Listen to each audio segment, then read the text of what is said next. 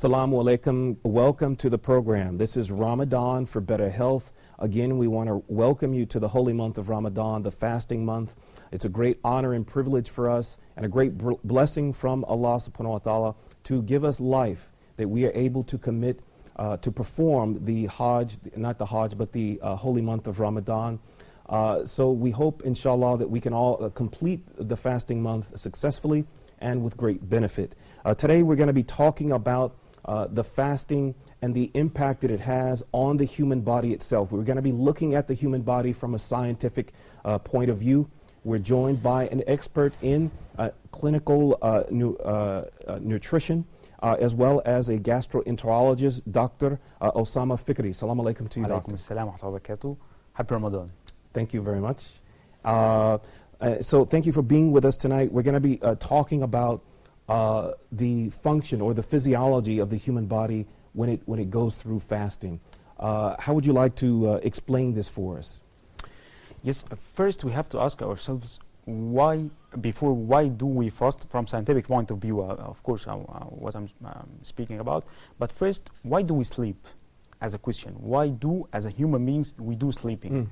Sleeping is an opportunity for us to wash out all the metabolic products that ends up all over the day. Digestion, absorption, excretion, whatsoever. All these chemicals have like a breakout during our sleep, and this breakout, we have all the washing and detoxification, if I might say, by the liver and the many other organs to be washed out and excreted later on in the morning of the other day. So now when the scientific media are talking about the detox systems, they speak about the caloric restriction, how we decrease or minimize our caloric intake, and that would be like a breakout for the body to wash out and detoxify its toxins. Actually, fasting works in the same way. In the lab, we don't have humans. Humans live for long, but we do have rats. They have like a specific period of time during their life cycle, and their food is almost the same.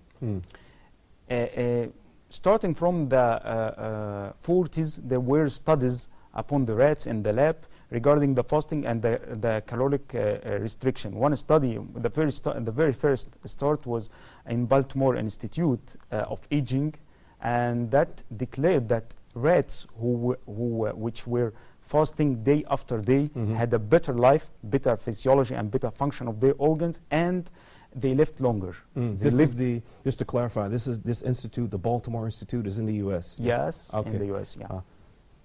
Recently, there was a very important one at Missouri in 2008, Missouri University in the U.S. also, and it declared that during fasting, actually, we have a loss at the muscle bulk, our muscle compartment, our protein content. And this could be minimized by taking diet product, reaching calcium, and a minimal exercise. This actually could happen during fasting. We do caloric restriction, but to preserve our protein content, we may have the dairy product and the minimal exercise, which could be fulfilled during the prayers.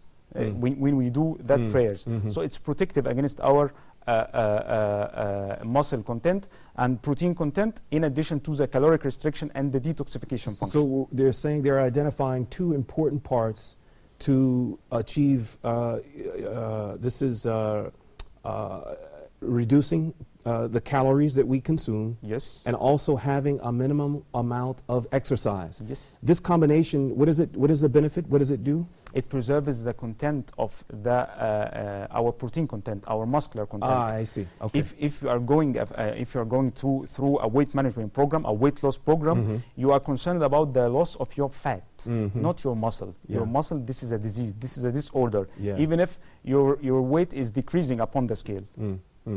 Okay, so we have a lot of science, yes, to back up the wisdom behind Allah's requirement of us to fast the month of Ramadan. Yes. And I think what you're saying is for a number of decades we've been accumulating well-documented, rigorous scientific experiments to demonstrate the benefits.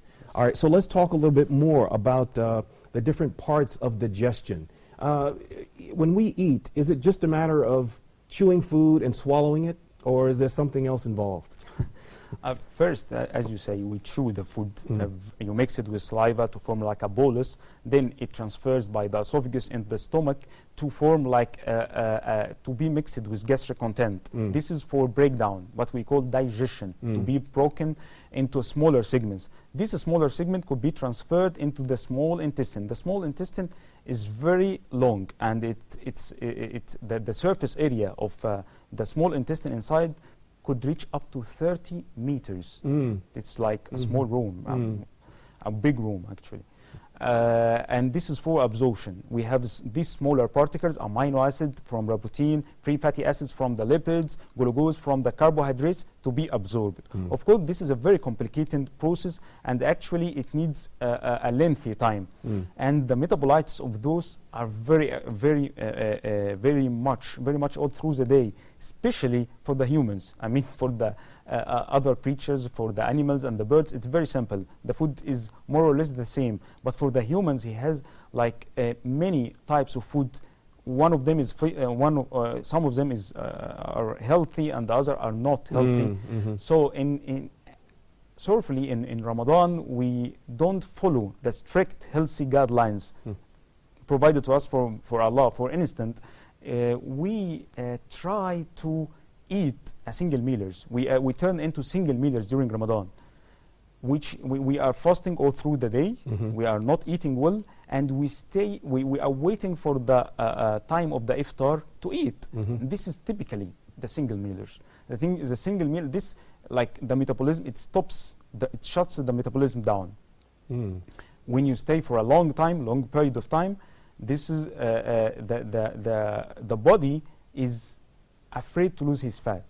The fat become like precious. This is a source of energy, and your body is not understanding that this fat is in the refrigerator. The food is available. It's not that problem, but he preserves the fat. No, he will not let it go easily. So what we should do during the time of iftar, that to introduce our feeding small and frequent meals, small, slowly, but not at a bolus, not like now and after this I will sleep, I will not do anything. And specifically about the suhoor, this is, we may talk about it, this is the second meal effect. Okay, so we're talking about the best way to do the meals. Don't eat, like you say, don't be a one-mealer. Yes. Eat one large meal for the to break the fast and then stop. It confuses the body. Yes. Let's talk about hormones. I understand that males generally have about 24 all the hormones in the body, and women have a little more, about 36 or so, 36. Is that correct? Actually, it's not that specific, but yeah, we have the gynecology and the obstetrics. We don't have that much complications for andrology, for instance. But regarding the fasting, actually, we found that the dihydroepiandrosterones, DAHIAs, those are chemicals that are approved to be increased with the well-being, health well-being. Usually, at some time at the West market, they were sold as a pills of youth.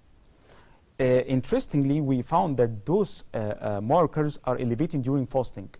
Also, we found that the amino acid tryptophan, which is accompanied with good mood and better focusing and a happy lifestyle, actually are elevated during fasting. So you're saying that there are certain hormones, beneficial hormones, yes, and amino acids, amino acids are produced in larger quantities, yes, during fasting. Yes. And of course, amino acids are very essential to digestion, not only digestion, but all the body. Is that right? Yes, and in that condition, regarding the tryptophan, it is capable of transferring the blood-brain barrier, and that acts as a neurotransmitter for the brain for better mood and better focusing. Very important.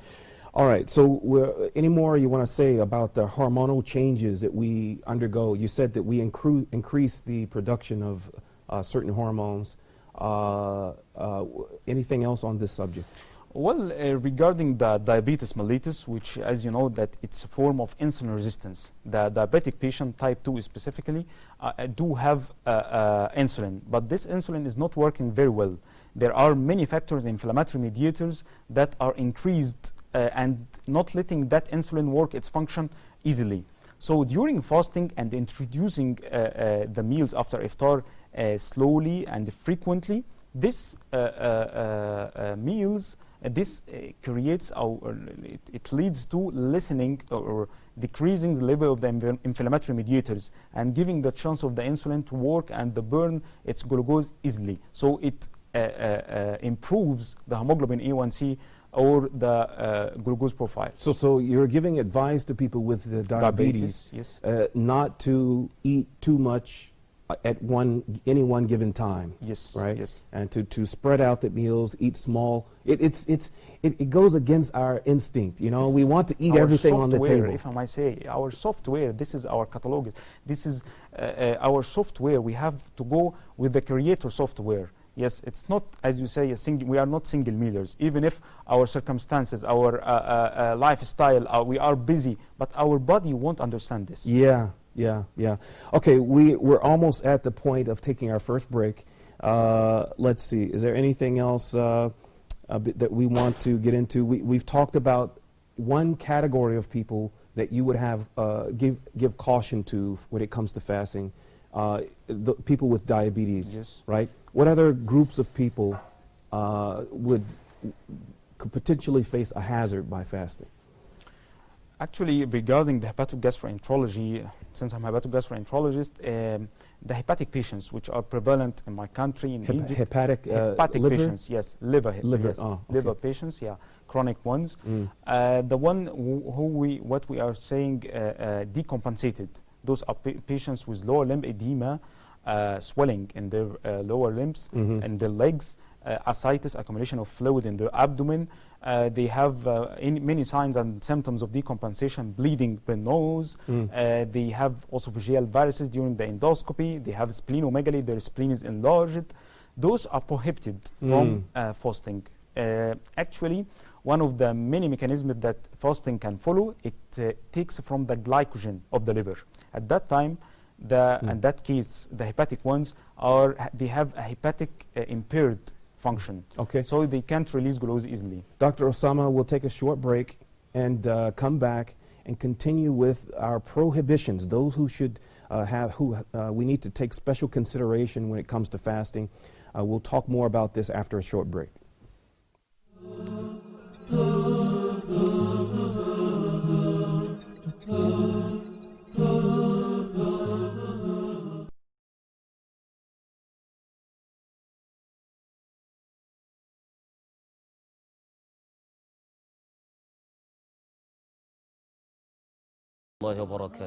Wherever you may be around the world, may the peace of ever-compelling Creator be unto all of you. To our Muslim brothers and sisters in faith, and likewise non-Muslims around the world, we bring into you, wherever you may be, the unique signs that Prophet, peace of Almighty Allah, Muhammad be upon him, taught the whole world. Oftentimes, we see some people reciting Quran over and over, but they, however, reciting it differently. People sometimes confuse, why is that? Why they're doing that? Why this Imam reciting this way and this reciting differently? And what is the meaning of the hadith? Quran has been revealed based on 7 methods. Do you know the depth of it? Do you know the real meaning of it? If you don't know, for the first time over there and here in Al-Huda TV, we're presenting to you. So be with us. I will be your host, Ukasha Kameni, step by step until you grasp all the information why we have 7 methods of recitation of Quran. Remain blessed. May Almighty Allah subhanahu wa ta'ala bless you and your family.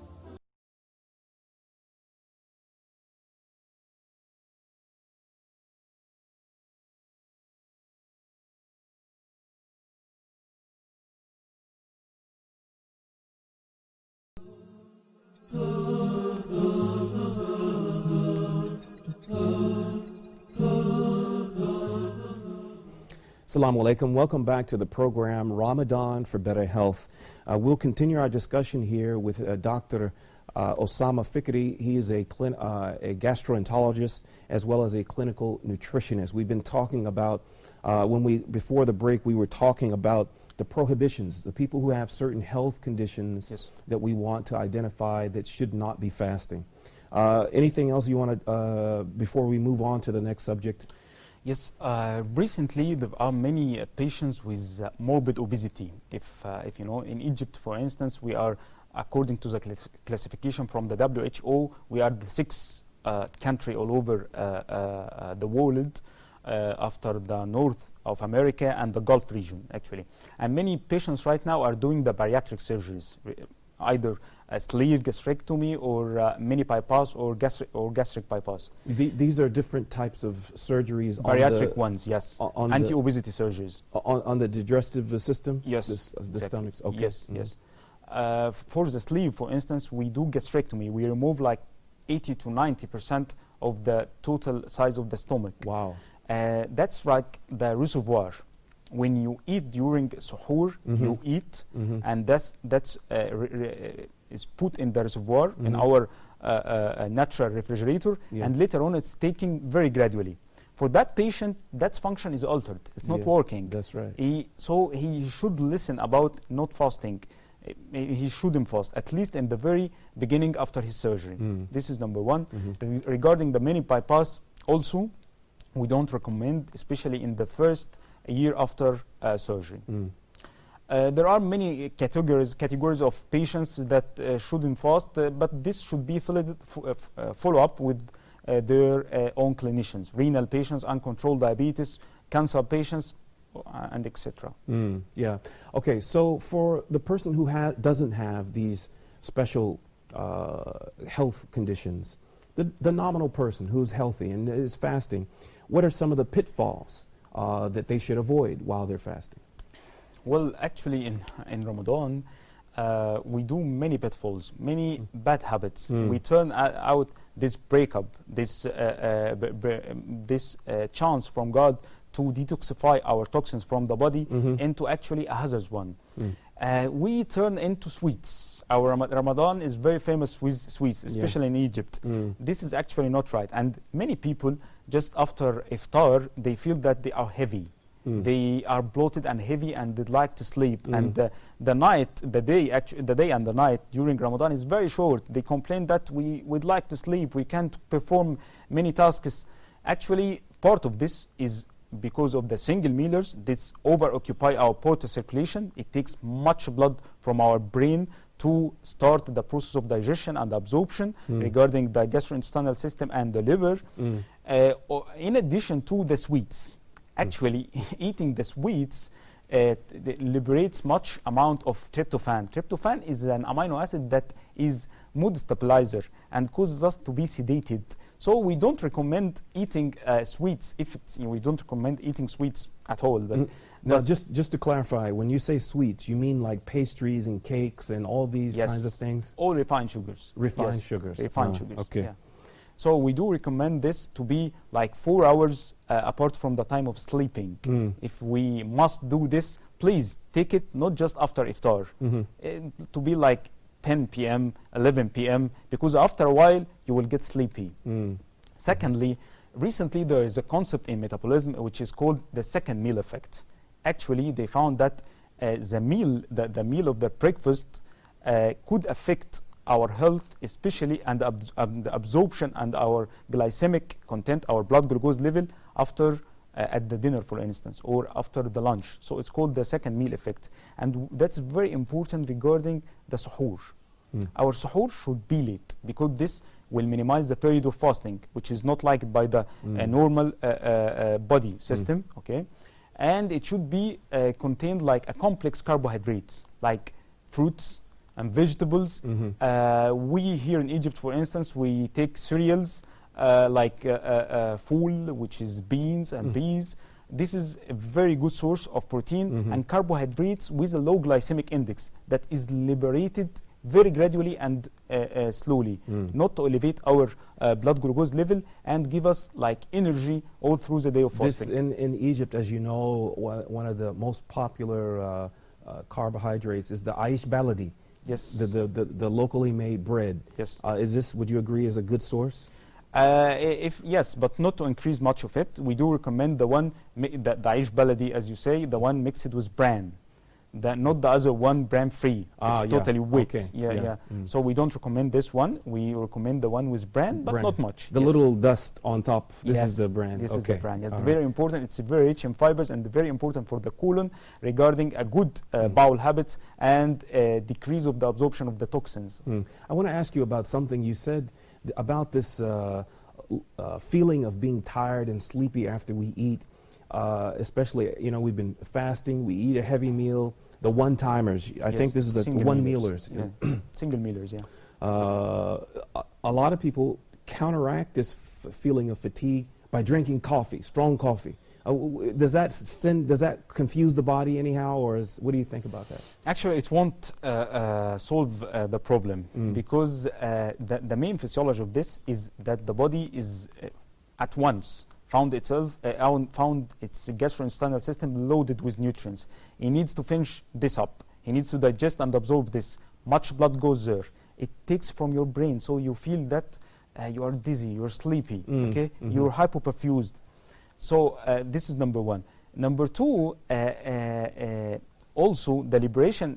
Many people takes refined sugar, and we said that it liberates tryptophan, and tryptophan is a sedating mood stabilizer amino acid in the brain.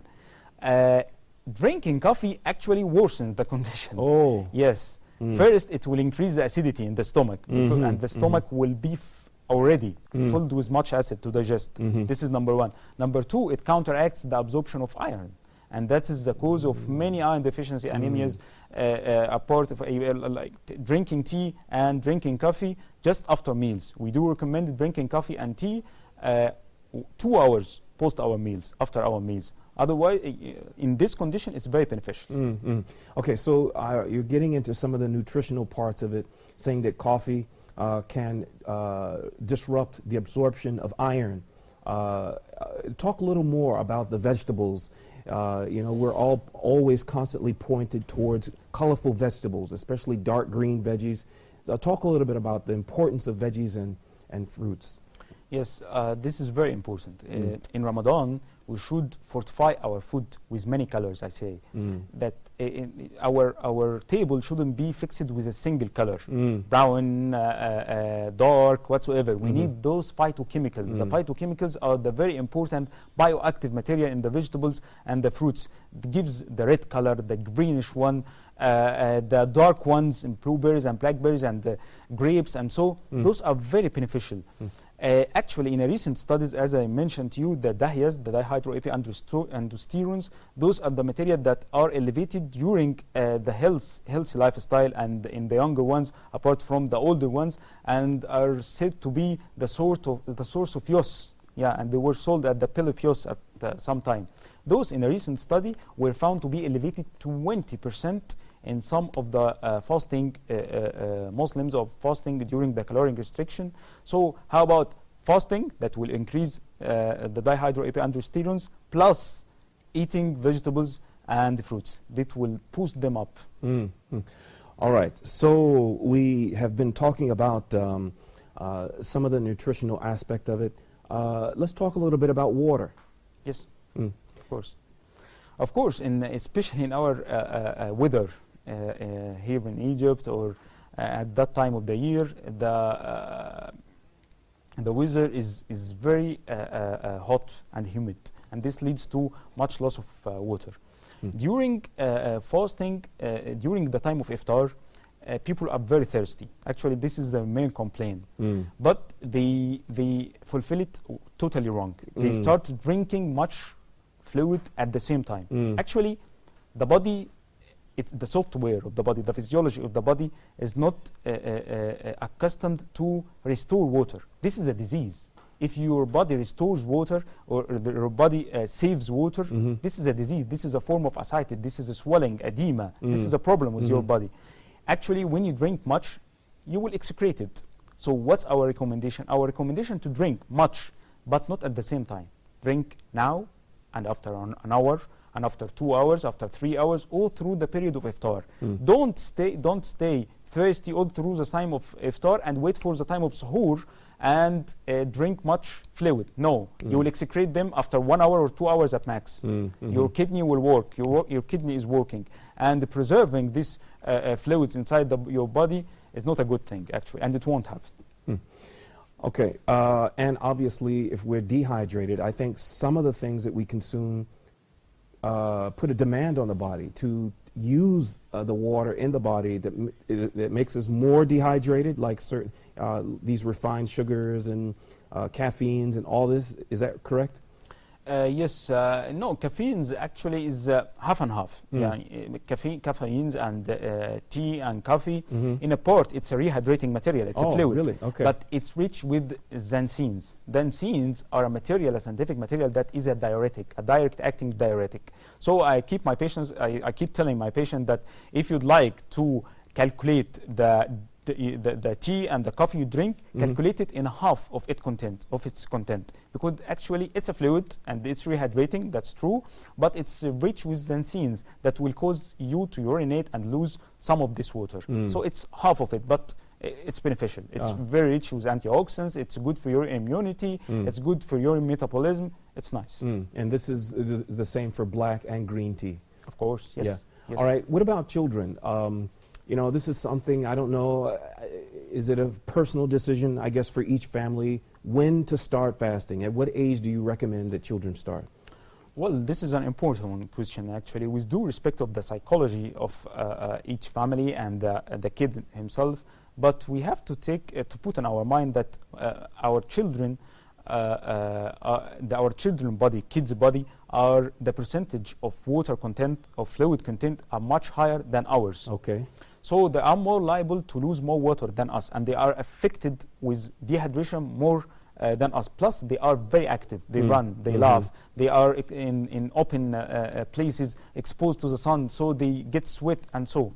So I believe the graduation is the best solution. First, to introduce fasting for the kid for 4 hours, 5 hours, 7 hours, and first we shall not prohibit the water for them. It's first food, just food, and then later on water, and after a while we can give them a full standard fasting. So gradual, get them accustomed, and by the time they reach, what would you say? Puberty?